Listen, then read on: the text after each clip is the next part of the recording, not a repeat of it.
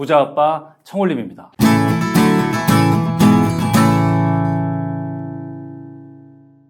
여러분 안녕하세요, 청홀림입니다. 오늘은 부동산 이야기 할 건데요, 전세에 대한 이야기를 해보려고 합니다. 여러분 아시다시피 최근에 전세 가격이 급격하게 떨어지고 있어요. 전국적으로.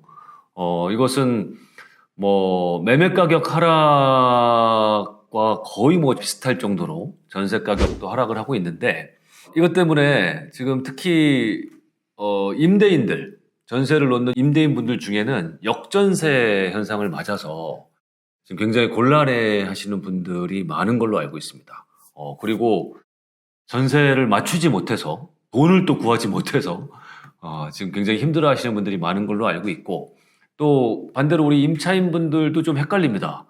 과연 지금 전세로 들어가는 게 나은지, 아니면 뭐 월세로 선택을 해야 되는지, 아니면 조금 기다려야 되는지, 기다려다 집을 사야 되는지, 이렇게 좀 헷갈려 하시는 분들이 많은데, 그래서 과연 전세값 하락은 언제까지 계속될 것인가, 그 이유는 뭔가, 이런 이야기를 오늘 여러분과 한번 나눠보려고 합니다. 제가 크게 세 가지로 정리를 해봤어요. 전세 가격이 지금 하락하는 이유, 이 이유를 우리 같이 파헤치다 보면 언제쯤이면 전세 가격 하락이 멈출 것이다 또 예측해 볼 수 있거든요. 제가 생각한 지금 역전세가 오는 이유, 전세 가격이 떨어지는 이유 중에 대표적인 게 뭐냐면, 첫째는 결국 지금의 전세 가격에 상당한 거품이 껴있다 라는 겁니다. 그러니까 지난 2년 동안 2020년, 21년 아니면 그 이후 올해까지도 전세 가격이 정말 급격하게 올랐죠. 너무 심할 정도로. 우리가 통상적으로는 전세는 가수요가 없기 때문에 뭐 전세는 거품이 없다, 이렇게들 이야기를 많이 하는데, 이번에는 그 말도 틀린 것 같아요. 여러 가지 이유. 대표적으로는 전 세계적으로 저금리가 정말 오랫동안 지속이 됐단 말입니다. 그것 때문에 우리나라에서도 서민들, 임차인분들을 위해서 굉장히 낮은 금리로 아주 많은 전세 자금 대출을 정말 오랫동안 퍼주다시피 했어요. 그러다 보니 우리 임차인분들 입장에서는 좀 과하다 싶은 이제 그런 주택도, 전세도 싸니까, 전세자금 대출 금리가 너무 싸니까 그래, 우리 한번 5억 빌려가지고 저 정도 집에 살아보자. 이자가 얼마 안 하니까. 이렇게 몇 년 동안 지속돼 온 게 결국은 지금 약간 이제 부작용이 일어나는 게 아닌가, 그런 생각이 듭니다. 결국 버블이, 급격하게 형성된 버블이 지금 꺼지는 것이다 라고 보는 게 맞을 것 같고요. 자, 두 번째 전세 가격이 떨어진 이유는 뭐냐면, 2년 전에 시행했던 그 임대차 3법도 아주 상당한 영향을 미쳤을 거라고 판단이 되는 겁니다. 여러분들 아시다시피 임대차법이 시행되면서 이제 그동안 전세가 2년만 살 수 있던 것이 이제 한번 갱신권이 생기면서 이제 2+2 해서 임차인이 원하면 4년까지 살 수 있게 법이 바뀐 거예요. 그리고 한번 올릴 때 이제는 전세 가격을 5%밖에 올리지 못하다 보니 이 임대차 3법이 시작될 때 임대인분들이 급격하게 전세 가격을 올려서 시장에 내놨던 것이죠. 이게 2020년 하반기 또 2021년 상반기에 걸치면서 이런 현상이 굉장히 많이 일어났는데, 이제 그 영향 때문에 데이터를 이렇게 만들어 보면 실제로 2020년과 2021년을 거치면서 우리나라 전역에 전국적으로 전세 가격이 아주 급격한 상승이 일어났던 거예요. 전무후무할 정도로 급격한 상승이었습니다. 그런데 이것이 결국 또 시간이 지나면서 오히려 부메랑으로 지금 돌아오고 있다라고 보면 맞을 것 같고, 다음 세 번째 이유는 이게 가장 중요한 건데요. 여러분 아시다시피 결국 급격한 금리 인상입니다. 전 세계적으로 저금리가 오랫동안 지속이 됐었는데, 그래서 돈이 많이 풀렸었는데, 거기에다 이것도 부족해서 이제 코로나로 인한 경기 침체를 막기 위해서 전 세계적으로 경쟁적으로 더 돈을 많이 풀기 시작했어요. 그냥 돈 풀기에 끝판왕이나 마찬가지였던 거죠.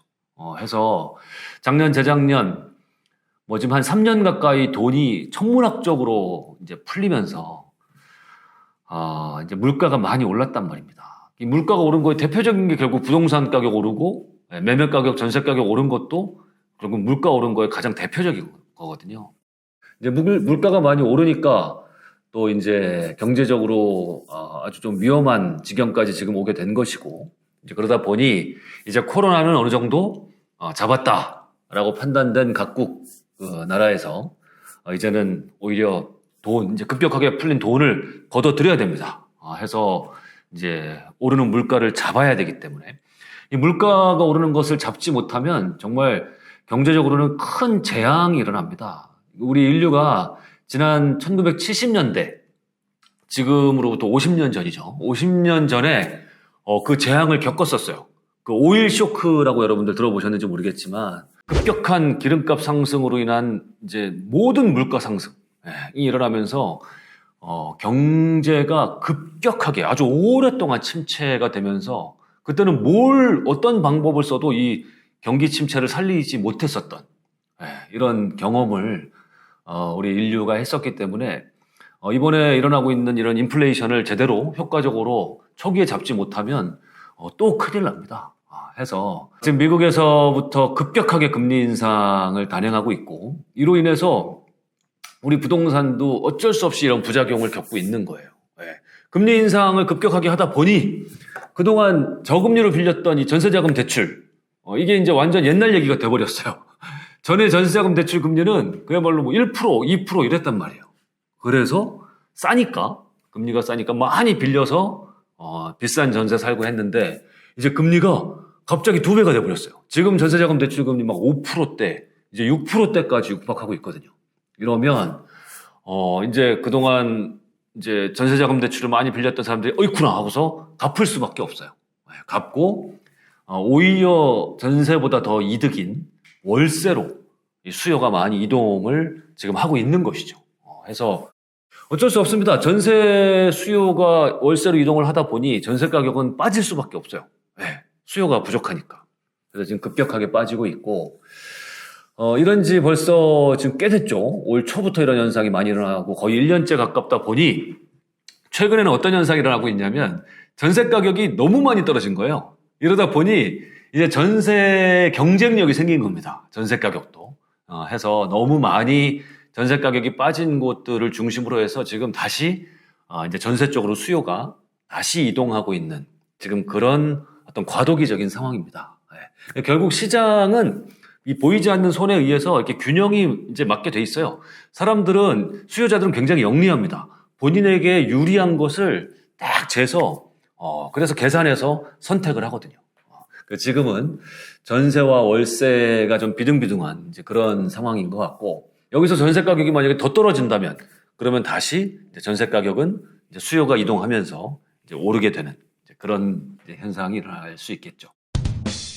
자, 그러니, 앞으로 역전세가 언제까지 계속될 것인가 하는 것도 지금 제가 말씀드린 3가지 요인을 생각하면서 한번 생각해 보세요. 첫째, 제가 거품, 전세 시장에 굉장히 큰 거품이 꼈다라고 말씀드렸는데 이 거품은 최근에 전세 가격이 급격하게 낮아지면서 웬만큼 다 거친 것 같습니다. 그러면 이제 첫 번째 요인은 해소가 됐다라고 보이는 거고요.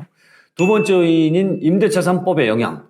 이것은 이제 어느 정도는 그 영향을 다 미쳤다고 봐야 되겠죠. 뭐 일부는 남아 있습니다만, 그래도 임대차 3법으로 인해서 뭐 급격하게 전세 가격을 올렸다든지, 뭐 갱신으로 인한 부작용이라든지 이런 것들은 이제 지금 어느 정도는 해소가 된 것 같고요. 약간은 남아 있어요. 이제 그 갱신 4년 동안 살 수 있다는 것 때문에 오히려 전세 수요가 좀 더 줄었던 것도 있고 앞으로도 약간 남아 있지만 그래도 어느 정도는 이 임대차 3법의 영향도 이제는 좀 벗어난 것 같다라고 보이는 거고. 그럼 첫째, 둘째 요인은 해소가 됐는데 결국 이제 쟁점은 세 번째 요인이에요. 금리.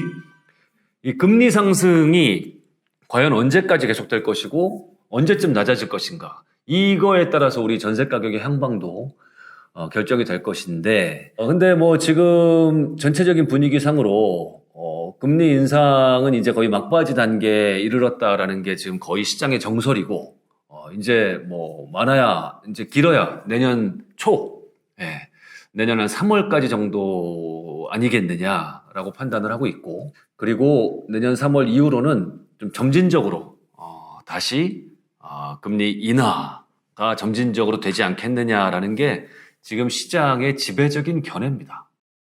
근데 그도 그럴 수밖에 없는 것이 금리를 이렇게 급격하게 올려놓고 뭐 이렇게 기준금리가 4%, 5%, 6% 되고 있는 이런 상황, 대출금리가 7, 8%가 되는 이런 고금리 상황을 절대 오랫동안 유지할 수가 없거든요. 그러면 경제 자체가 무너지기 때문에. 그래서 이런 거를 기반으로 생각을 해보면